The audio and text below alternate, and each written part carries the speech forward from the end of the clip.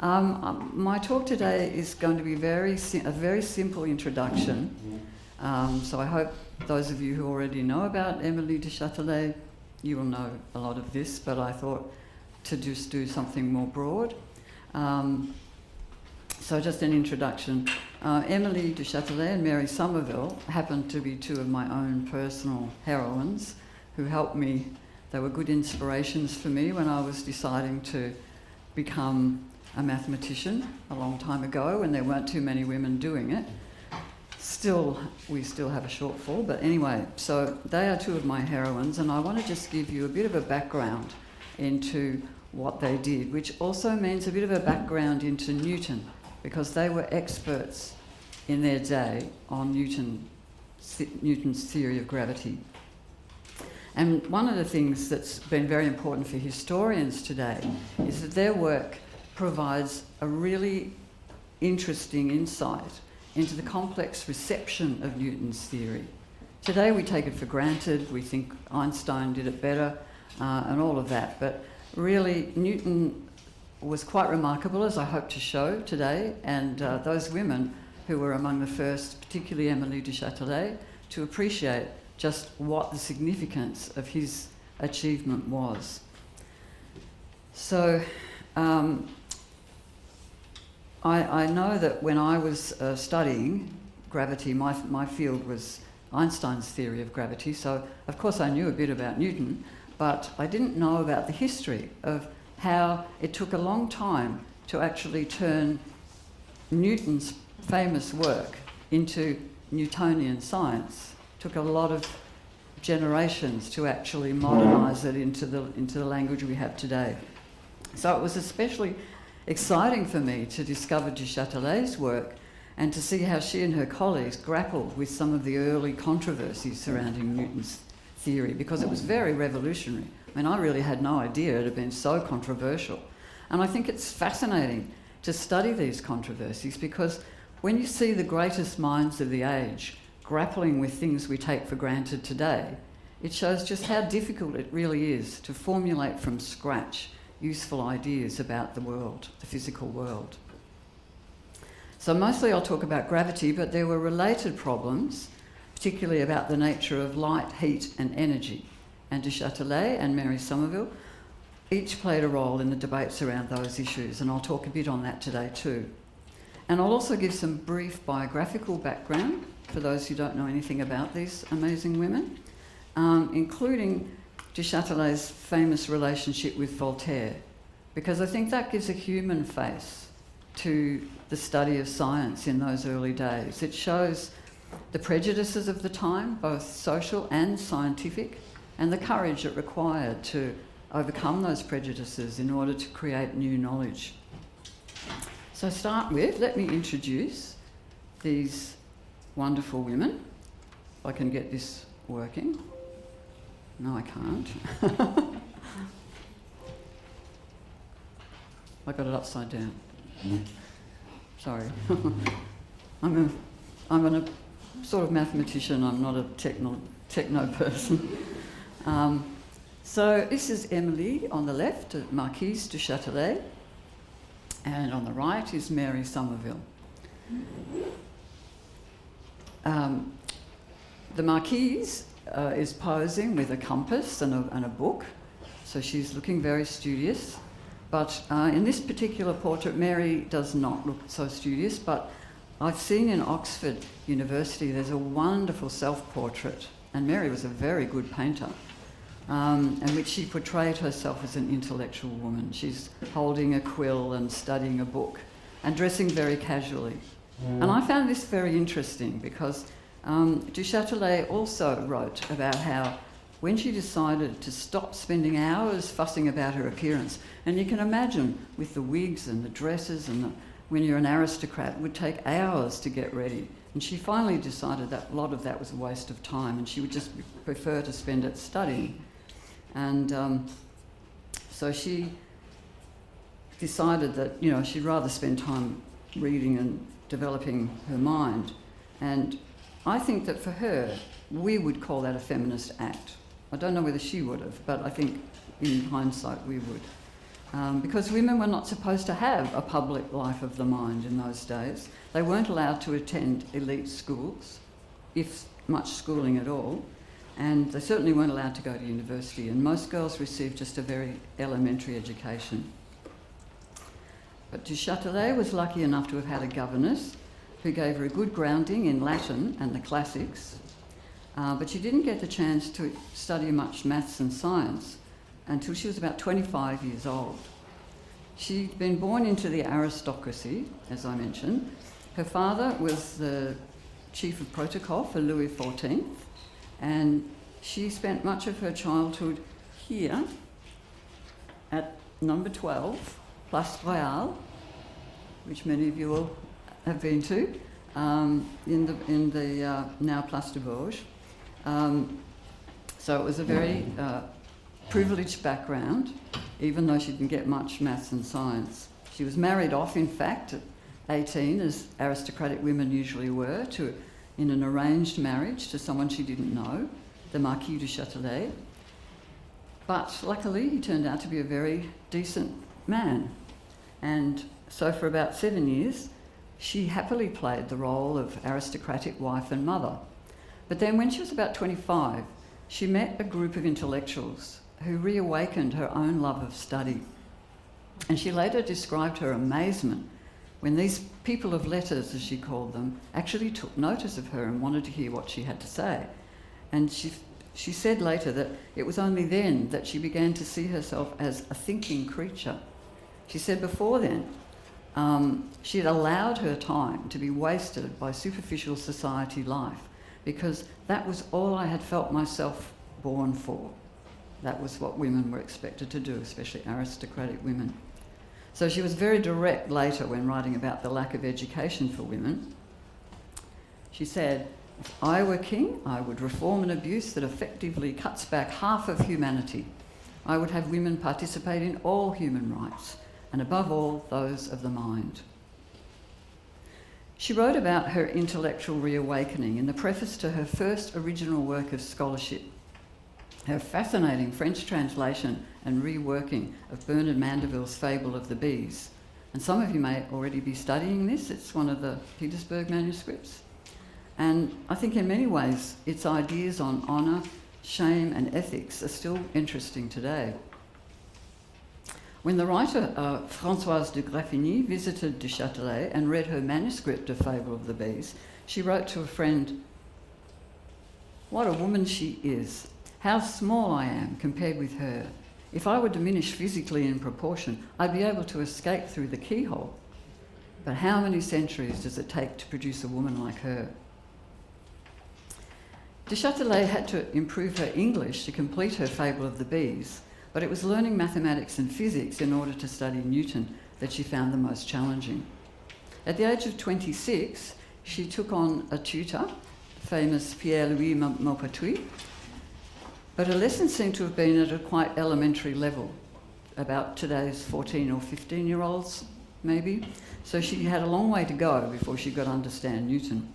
And she wrote later, "I feel all the weight of the prejudice that universally excludes women from the sciences. It is one of the contradictions of this world that has always astonished me, that there are great countries whose destiny the law permits us to rule, and yet there is no place where we are taught to think." And it was to thinking and study that she devoted the rest of her life, and also to romance. Aristocratic marriages were not love matches, they were dynastic arrangements. So it was normal to have affairs as long as they were discreet. But in the early 1730s, when she was 26, du Châtelet fell passionately in love with the poet and playwright Voltaire.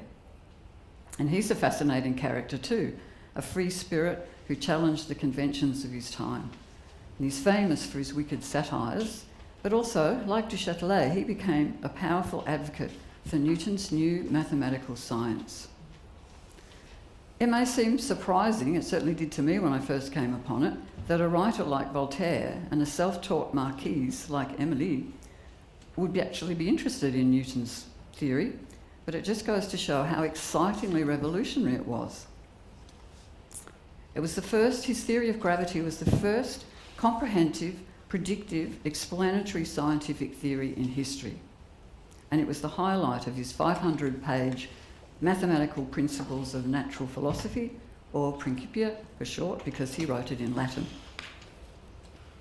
I'll talk about how du Châtelet and Voltaire began their intellectual and romantic collaboration shortly, but first I want to go back in time and give a brief overview of the initial controversy surrounding Newton's theory.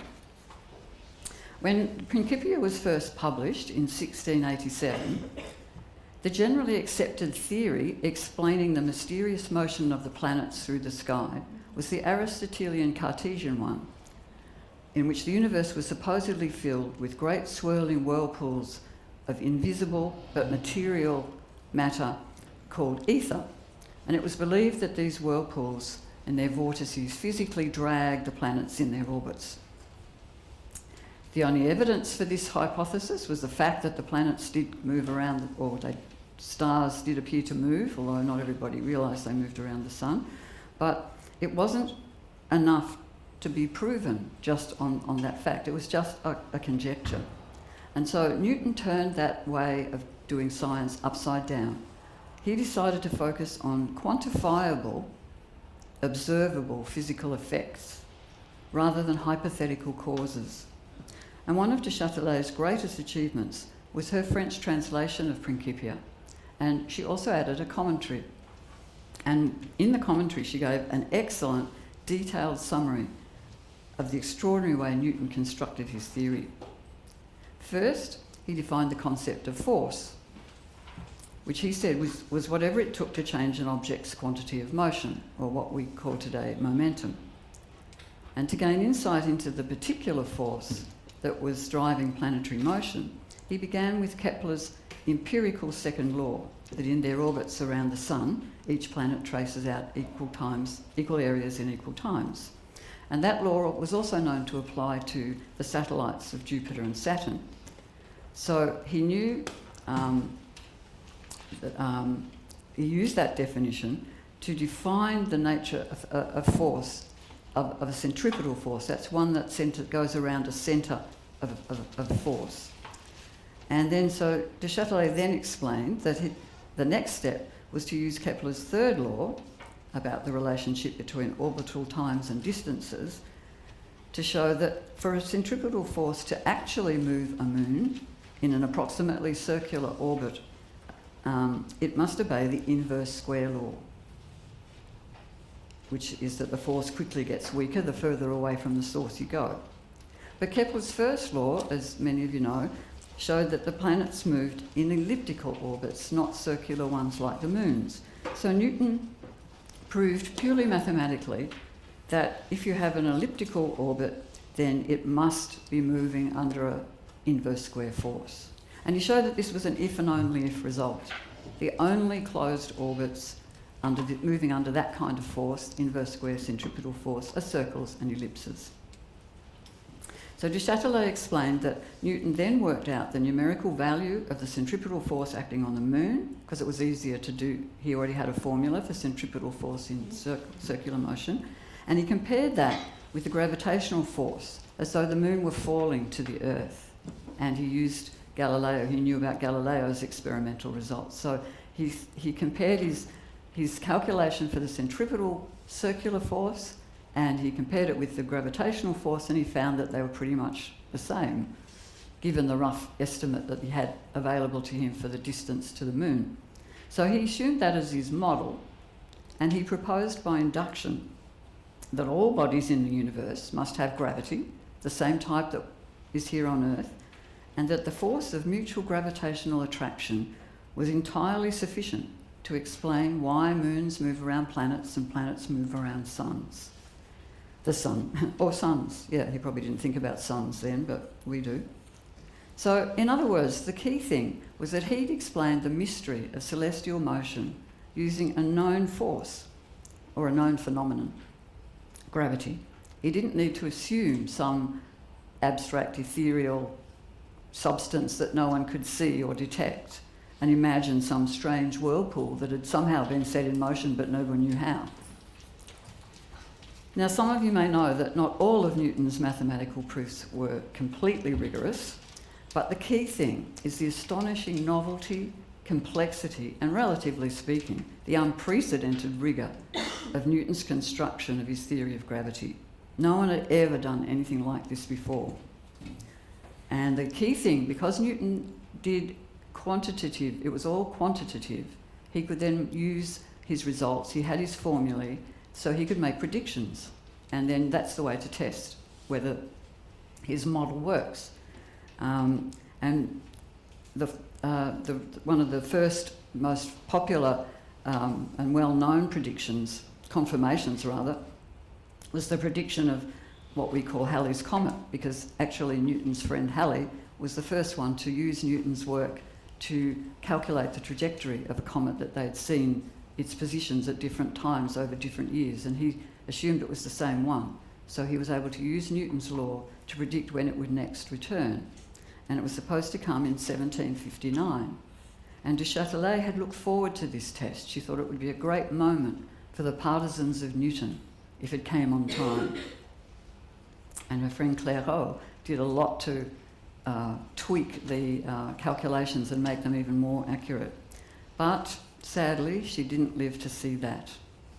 But Mary Somerville, who was born nearly a century later, she witnessed the next return in what she called a great astronomical event, the return of Halley's Comet in 1835, exactly at the computed time. So even then it was still a marvellous, there was still a real feeling for how exciting Newton's theory was. But back in the early 1700s, it was still very controversial. In fact, as Voltaire put it, Newton's theory had unleashed furious contradictions. And he wrote that in his little book, the Lettres philosophiques, or Philosophical Letters. And the two major points of conflict were how to define a force, and I mentioned the way Newton went about it, and what constitutes a good scientific theory. The Cartesians, and pretty much everyone else before them, just believed the intuitive way that you would think about force as a push or pull. You had to touch, push and pull. That was how you did a force. That's why they thought that the ether, you had to have something like a material ether to swirl the planets around. But Newton's force was simply mathematical. It was simply quantitative. It wasn't mechanical. There was no explanation for what it was. It was just an equation that described the effect of the force. And that was very controversial. Now, of course, he didn't express his general concept explicitly as a derivative and a vector the way we do. But du Châtelet and her colleagues began that modernising process. They began to modernise Newton's mathematics. But a couple of generations before them, for Newton's own contemporaries, the problem was simply that the force of gravity was supposed to act across millions of kilometres of empty space with no obvious way of doing it. And that was impossible according to the push-pull idea of force, and Newton didn't provide any other mechanism, he just provided an equation. And so they thought that this was not really a proper theory.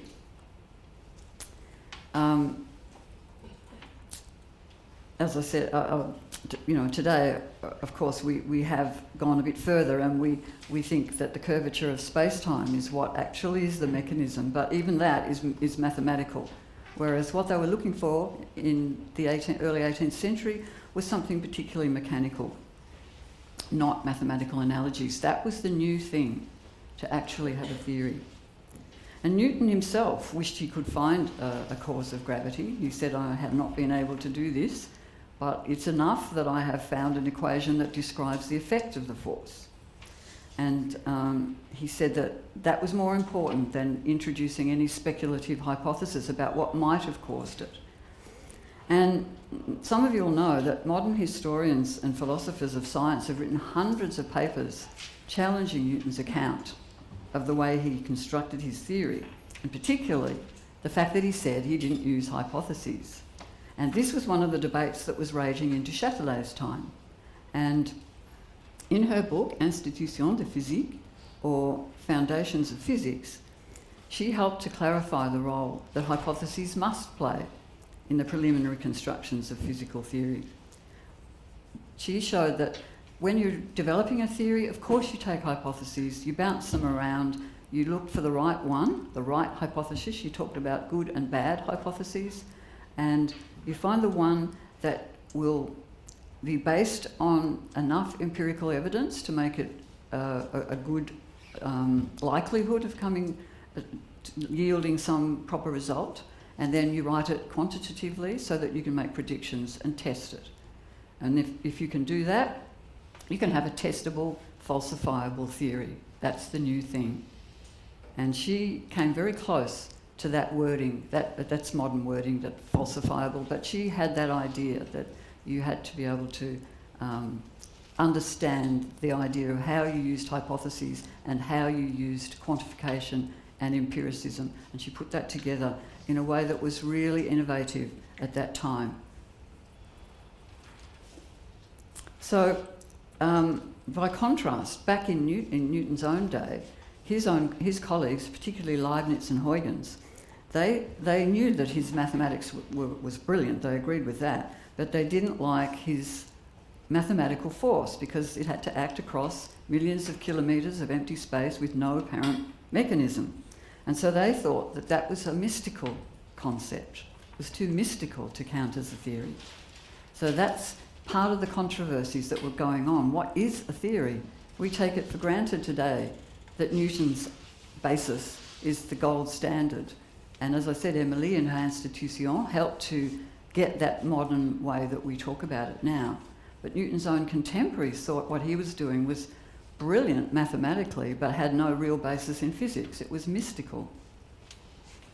And in one sense, in a philosophical sense, I suppose, you could say that they're right, but what they missed in doing that, in saying that, was that in building his theory from the ground up, by focusing on the quantifiable empirical evidence, Newton had narrowed the scope of theoretical physics. Leibniz and the Cartesians, they assumed that we must understand the cause of a phenomenon before we can reliably explain its effects. It seemed to be a natural way to go. People wanted to ask why, all the time why. So they thought you had to get a good why, an answer to the why question, and then maybe proceed from there to see whether you could get good results. But Newton went the other way, as I said. He started with the effects. He said, I don't know what the cause is, but let me just be able to describe the effects, and then that's what I will call a theory. And then we'll work out causes later. And he did say that, sometimes somebody else will find out what the cause is, which we accept today, Einstein, but maybe someone will come up with something, gravitons or something that we haven't yet found. So he set the blueprint for this completely new approach to physics. And in France, du Châtelet, Voltaire and their friends were among the very first to recognise its significance. Voltaire had actually attended Newton's funeral in Westminster Abbey in 1727, and he was astonished that a scientist should be honoured like a king, as he put it. And so he began writing about all things English, its new constitutional monarchy, its relative religious tolerance, its new Newtonian science and its new breed of empirical philosophers such as John Locke. And he published these essays in England in a book called Letters Concerning the English Nation. He told a friend he was holding off publishing the larger French version, the Philosophical Letters, because he was more afraid of the clergy of the French court than he was of the Anglican Church. He knew that his satirical style would get him into trouble. For instance, this is the kind of thing that he said in defending Locke. Theologians too often begin by claiming God is outraged when someone disagrees with their own opinion. And as for science, he criticised some of the Paris Academy's Cartesians personally, which was not done, because he thought, how stupid was it to reject Newton's theory because it didn't explain the cause of gravity when they had no idea what caused the ethereal whirlpools that they assumed was the right theory. So that kind of boldness and wit antagonised the authorities, And when the Philosophical Letters was published illegally in France, without Voltaire's permission, but more importantly, without that of the king and his censors, the authorities issued an arrest warrant in May 1734. Now, he'd already been in prison for his writings, so he decided he wasn't going to go back there. He fled the country. And this was the very time when he and du Châtelet had fallen in love. So Émilie was a very passionate person, and she was absolutely distraught that he had had to flee and that he was in danger, and she didn't know what was going to happen to him. And she had reason to be frightened, because a week later the Parisian Parliament formally denounced the letters, and the royal executioner ceremonially burned the copy, and the authorities deemed it scandalous, contrary to religion, morality, and the respect due to the authorities. Now, this is just for a book that tries to talk about what he'd observed about science and philosophy and government and things like that. So you can see the kind of climate that du Châtelet was working in. But it actually was a very great thing for history, for the history of women in particular, because the drama ended in a very remarkable way. The du Châtelets, as I said, Émilie's husband was very supportive of her intellectual ambitions, and eventually, after a bit of work by Émilie to soothe the egos between her husband and Voltaire, he accepted that Voltaire was the love of her life. And so he helped to intervene with the authorities, and they allowed Voltaire back into France in order to live under a kind of house arrest at the derelict du Châtelet country estate at Châtelet. And so Voltaire enthusiastically set about renovating this rundown castle, and he decided to make it his permanent base, because it was quite close to the border in Lorraine, and he could escape quite readily if he had to. At first, Madame du Châtelet didn't dream of living there with him. It was okay for an aristocratic woman to have a lover, as I said, but it was definitely not okay to live openly with one's lover.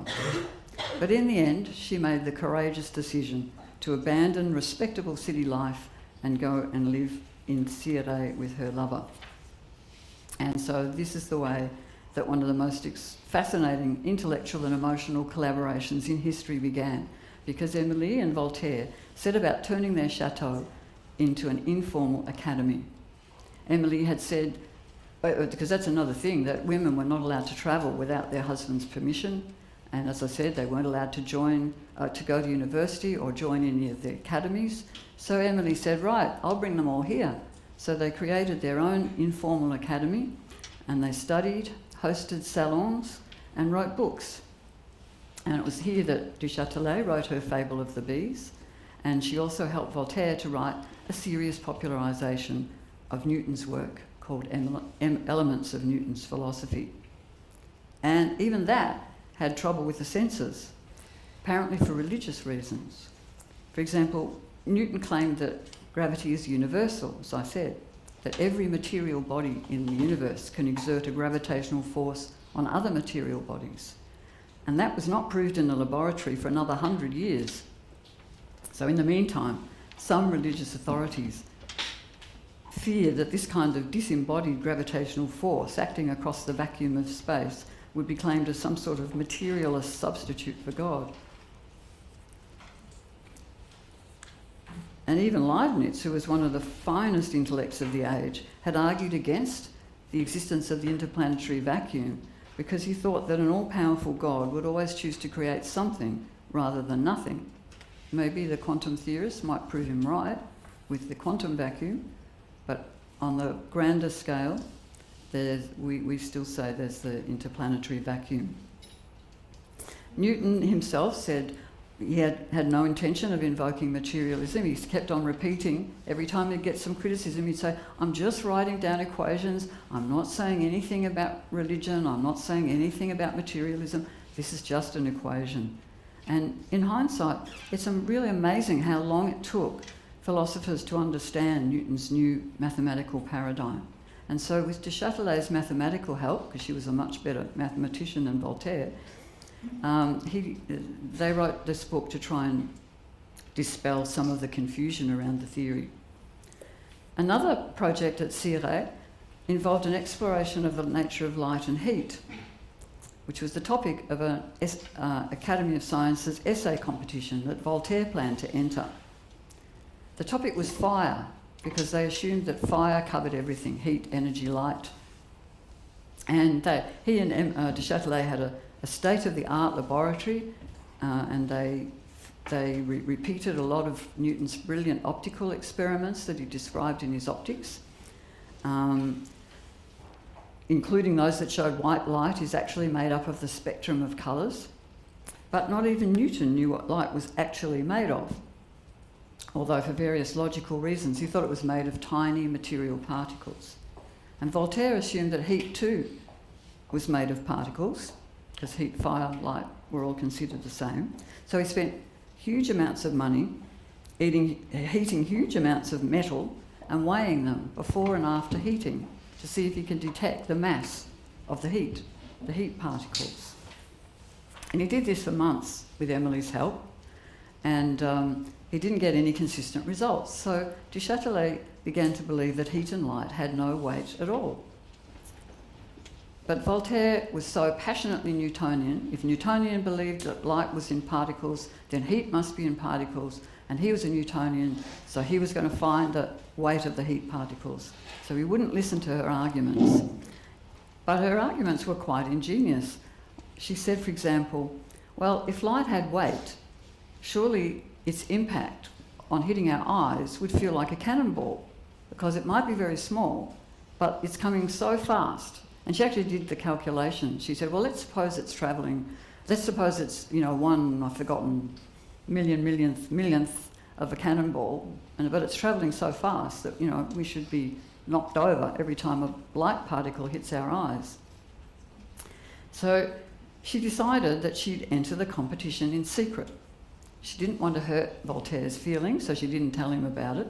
And she was a bit nervous because no woman had ever entered this competition before either. So she couldn't use their laboratory because he would find out. So she did a lot of experiments in her own room in private. And one of the most interesting was she conjectured that the different colours of light in the spectrum might have different temperatures. And so she dyed a bed sheet, all the colours of the rainbow, in strips. And then she dried it, she wet it, and then she dried it in front of the fire, and she timed how long each colour took to dry.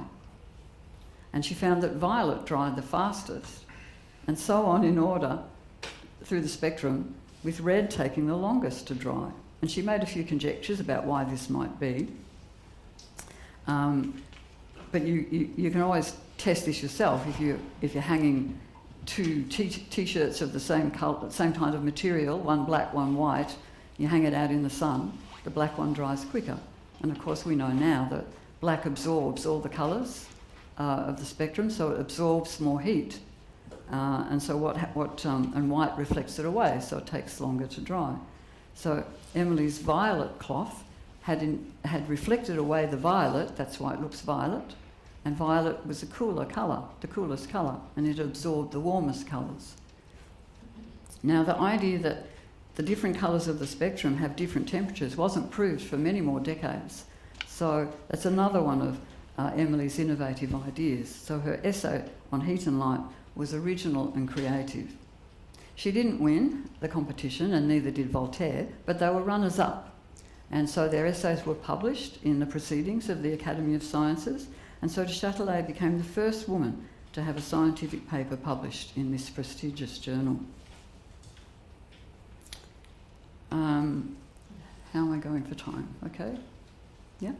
I mentioned her argument about the impact of fast-moving particles if they hit our eyes, and that tied in with another scientific controversy, which in modern terms we'd call a debate about the difference between momentum and kinetic energy. Leibniz had been the first to make a clear distinction between these two concepts. But his arguments were generally intuitive rather than experimental or strictly mathematical, And so a lot of people, who's particularly perhaps Newtonians who didn't read Principia carefully enough, like Voltaire, rejected that idea. Leibniz had called this new force, what he called it, a living force. And its formula is half mv squared. And the momentum formula was mv. And so the big debate was, did we need two formulae that were similar? And what were they saying? Were they different or not? And now we know that the half mv squared, or vis viva, Leibniz's vis viva, is kinetic energy. It's not a force. It's not a force, and it's not momentum. But anyway, there was a lot of controversy around that, and du Châtelet made a deep study of Leibniz's work, and she became famous for her work explaining and supporting his concept of vis viva. This is when she wrote her book, Foundations of Physics, or Institution de Physique, which was about both the ideas of both Leibniz and Newton. And in the 1740s, it became an international success, published in German and Italian. And it's a remarkable book because it shows the independence of her thought. People in those days were either sort of for Newton or against him. So there's a lot of hero worshipping of Newton, particularly by the English, and a lot of hero worshipping of Leibniz and Descartes on the continent. And she just looked at the merits of each one and didn't fall into the camp of hero worshipping one or the other. She admired immensely Newton's mathematical and experimental approach, as I mentioned, but she also admired the way Leibniz tried to give a metaphysical foundation to the study of nature. And some philosophers of science still analyse and critique Newton's approach from this point of view. So she was ahead of her time. This is a detail of a portrait of her around this time. And as her fame grew, and Voltaire's, so did Sire's, and it became a haven for free-thinking visiting writers and scholars from France and beyond. And it was one of these visitors who suggested that du Châtelet undertake a French translation of Principia. And today this is her most famous work. It's still the definitive French version. As I mentioned earlier, she appended a commentary to her translation, but this commentary was a work in itself. It was 180 pages long. And she not only explained Newton's theory, as I tried to give a summary of her explanation before, but she also discussed the developments of Newton's work that had taken place since then, particularly by her friends Maupertuis and Clairaut and Daniel Bernoulli. But in 70 of those pages, they were devoted to original mathematics. It's well known that Newton chose to present his proofs in geometrical language rather than his new calculus. And so du Châtelet reworked some of Newton's proofs, 70 pages worth, in terms of Leibniz's user-friendly form of calculus. Johann Bernoulli had begun that project, but Émilie made a significant contribution to the modernising of Newton's approach. Tragically, though, she died in 1749, just after completing her translation and commentary. She was far too young, at 42, and far too feisty for most of her peers. So very soon, she was all but forgotten. Voltaire, on the other hand, became a hero. He spent most of his long life in exile, but just before he died, a decade before the Revolution, things had changed so much in Paris that he came back and was publicly celebrated as a great playwright and freedom fighter. And Mary Somerville too became a much-loved legend. When I last visited, there was no plaque outside du Châtelet's childhood home, but the humble house where Somerville grew up, in the Scottish village of Burnt Island, stands in a street that has long been named after her. And there's a plaque on the house itself. As you can see, the house and the street are pretty run down today, but even from the back, which is a better picture, the White House in front, you can see it's a much humbler house than Émilie grew up in. And so Somerville's journey to fame was truly extraordinary in that she had absolutely no help, no governess, no powerful, influential friends. She really was quite remarkable. She was born Mary Fairfax. Her father was a naval captain who was often away at sea. And she became Mary Somerville on her second marriage. Her first husband died young, to William Somerville. And like the Marquis de Châtelet, Dr. Somerville was very supportive of his wife's intellectual interests. But first of all, when she was growing up, her brothers were given tutors and schooling, and she was left to grow up virtually illiterate. Because at that time, in her time and class, it was actually considered wrong for girls to be educated. It was thought that their smaller brains couldn't cope with the strain of the study and that it would damage their health or send them crazy. And so, while her brothers were at school, Mary got her own education at the beach when she was able to just run wild and collect rocks and study the birds. So this was her school along the beach. And it gave her the inspiration to begin thinking about science. But as for mathematics, she had absolutely no idea. And she first heard about the existence of algebra in a really extraordinary way. She was about 15 and she was going to a tea party, and she met an older girl, and they were chatting about ladies' things like sewing patterns. So the older girl said, "Oh, well, look, I'll show you my book with the sewing patterns." Well, Mary didn't care really about the sewing patterns. What she discovered was that they actually had little mathematical puzzles like today's brain teasers in newspapers. And they had solutions in the back. And she saw these amazing little lines with X's and Y's. And it was just so fascinating, the patterns there. She couldn't believe it. She thought, "What's this?" And her friend said, "I don't know, but I think they call it algebra." So she went home and tried to see what she could find, but she was very shy and didn't want to ask anybody because nobody thought that girls should be asking those sorts of things. But she eventually managed to get hold of some textbook from her brother's tutors, and she studied them secretly at night because her father said, no, she can't study because we'll put her in a straitjacket, she'll go really crazy if she studies. So she had to do it secretly. So she read by candlelight under the covers. So it was the beginning of a very long and very extraordinary journey of self-study. After she mastered mathematics, she taught herself Latin and French. Now, she had nothing. She had 1 year of schooling where she sat in a cage for deportment and copied out the dictionary, French, I think, and English. And that was about it. So she really had virtually no education. So anyway, she went on from maths to Latin and French. And eventually she became an expert not only on Principia, but also the latest developments of Newton's theory by the great French mathematician Pierre-Simon Laplace. And it's really ironic that du Châtelet had taught herself to become an expert in the new English science, but a century later the French had become leaders in the Newtonian revolution, so Somerville was studying Laplace. One of Laplace's claims to fame at that time was his contribution to the question of whether or not the solar system was stable. In their speculations about the cause of planetary motion, earlier philosophers had considered that God had set those ethereal whirlpools into perpetual motion because it seemed that's what the universe was. It was harmoniously moving around. And that seemed to be the evidence.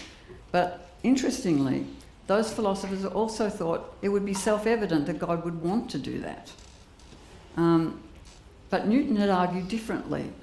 He didn't limit the universe's possibilities by his own philosophical or religious beliefs, and he really was quite a religious person. I mean, on the extreme side, really, which also makes him quite interesting because he left all of that weirdness out of Principia.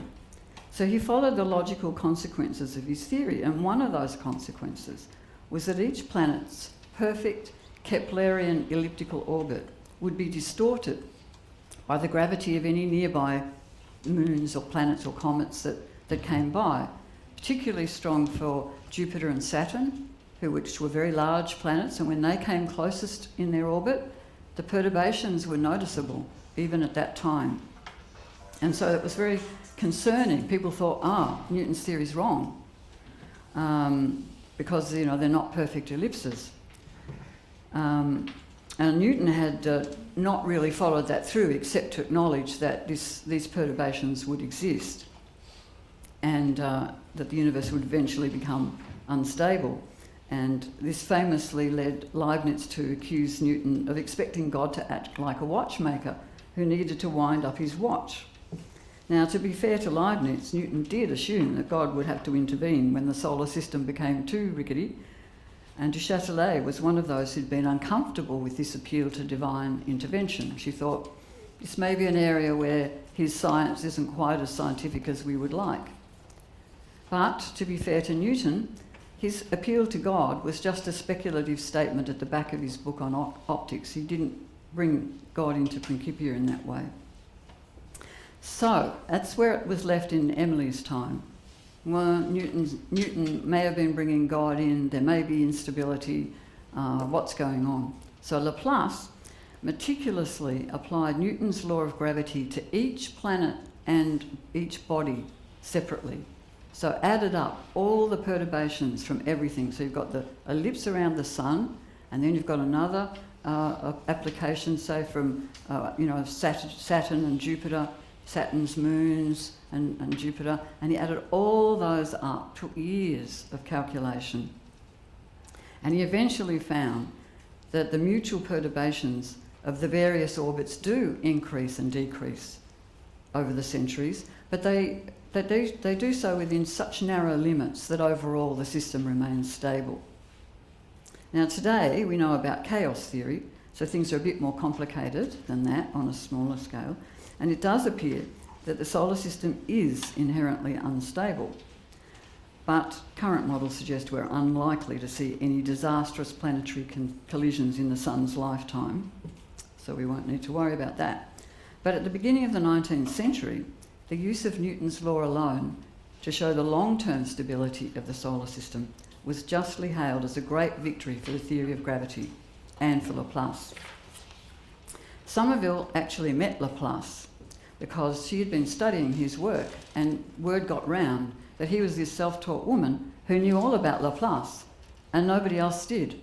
And she was actually asked to write an English translation and sort of commentary, reworking of part of Laplace's book. And it was said that no more than five men in Britain could have done it, but she did it. So an English reworking of the first 2 volumes of his colossal compilation of post-Newtonian gravitational theory, which was called Mécanique Céleste, or Celestial Mechanics.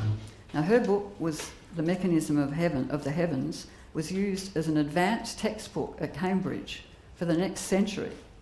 So at a time when women were not allowed to take degrees, this self-taught woman had written a book that only the elite male scholars of the day could understand.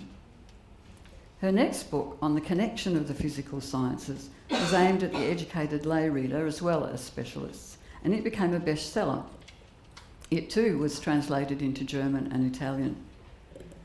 And this book benefited from the Somerville's close connection with a wide variety of leading scientists of the day, not only Laplace, but also people like Biot and Poisson in France, and Faraday, Young, the Herschels, Babbage, and others in England. And speaking of Babbage, a pioneer of computer programming, Mary Somerville was a teacher and mentor to his now famous collaborator Ada Lovelace. So it was an amazing group of friends that she finally got to mix with, and through that circle she learned firsthand about the latest developments in physics. Not only Newtonian mathematical astronomy, but also Young's wave theory of light, Ørsted and Faraday's discovery of electromagnetism, and much more. And she discussed all these cutting-edge ideas in her book, in which she aimed to highlight the underlying connections between the various different branches of science, including the newly discovered connection between electricity and magnetism. And her friend Faraday, who had been the co-discoverer of that phenomenon, was delighted with her public support of his work, because she published at the same time as he had actually announced it to the world. She and Faraday also exchanged ideas about experiments on a possible link between chemistry and light, related to the new science of photography. But she also did her own experiment trying to uncover a link between magnetism and light.